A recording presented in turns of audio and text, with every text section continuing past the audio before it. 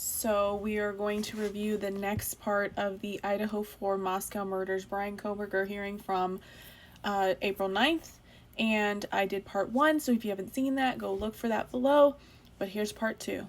So we already went over motions 1 and 2 that they brought up in the April 9th hearing.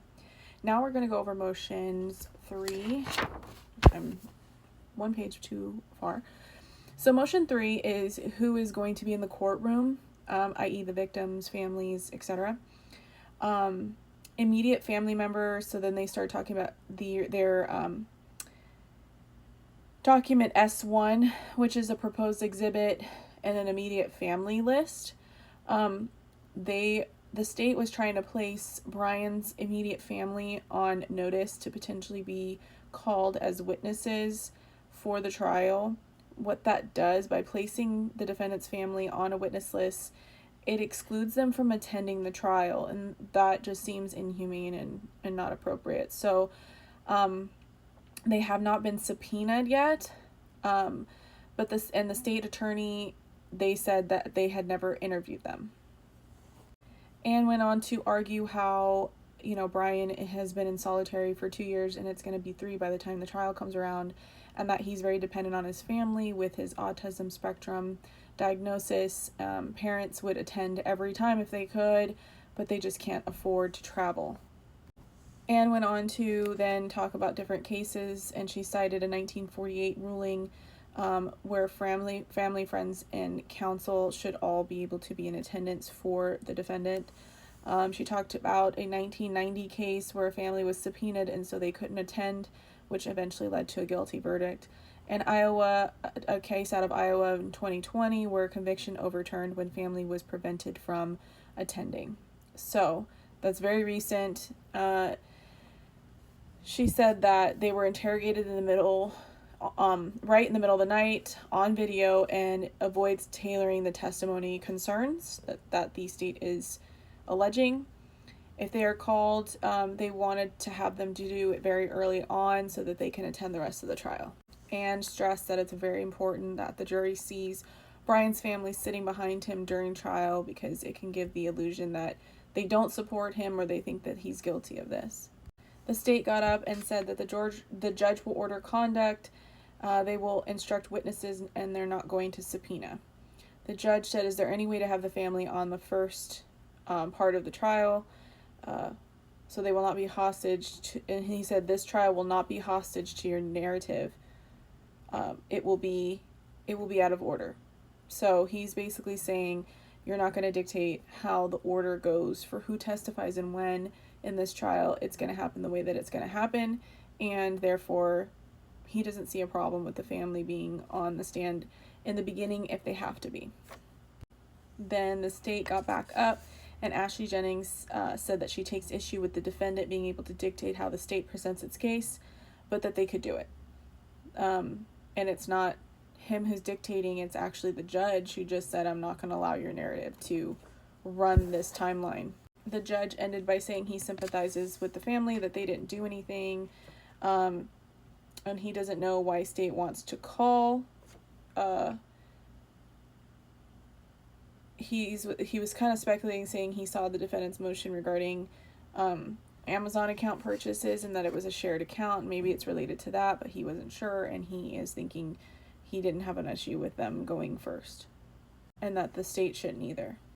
So the number 4th motion was mitigating evidence conditions as an aggravator.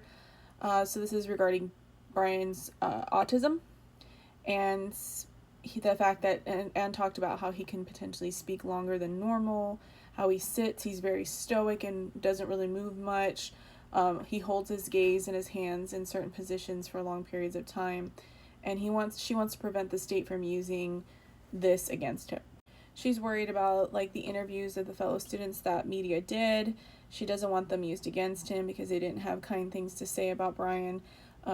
She wants a court order so that they cannot use this against him, i.e. his autism, against him as an aggravator. And the judge gave way too specific of an example. He says he knows nothing of women being harassed that could go to motive and view of women, which I put doubt this, so I don't know. And Brian was really skinny, by the way. It's kind of concerning. I haven't seen him that hollow in a long time, so I don't know how he's doing in prison, but he's not doing very well. They said a witness named Middleman was going to be removed. He's not going to talk about the IGG stuff. And that there's going to be generic evidence of a tip. They were talking, this Spica Barlow got up and she was an expert in, I believe, IgG or DNA for a long time, and now she is a lawyer. She got up and said that she doesn't want the jury to speculate, and she wants it said to them in jury instructions not going to get the said tip that the FBI gave to Moscow PD with regards to Brian, because she's seen it in other cases where she had a case before where they asked, the very first jury question was, well, what's the tip? I don't personally understand why they're agreeing to not disclose the tip. I think it's very important that we know who said what and where they got this from, but this Spica Barlow seemed really too friendly with the prosecutor Ashley. They were kind of like smiling at each other, very friendly type of vibes, and I'm just thinking, whose side are you on?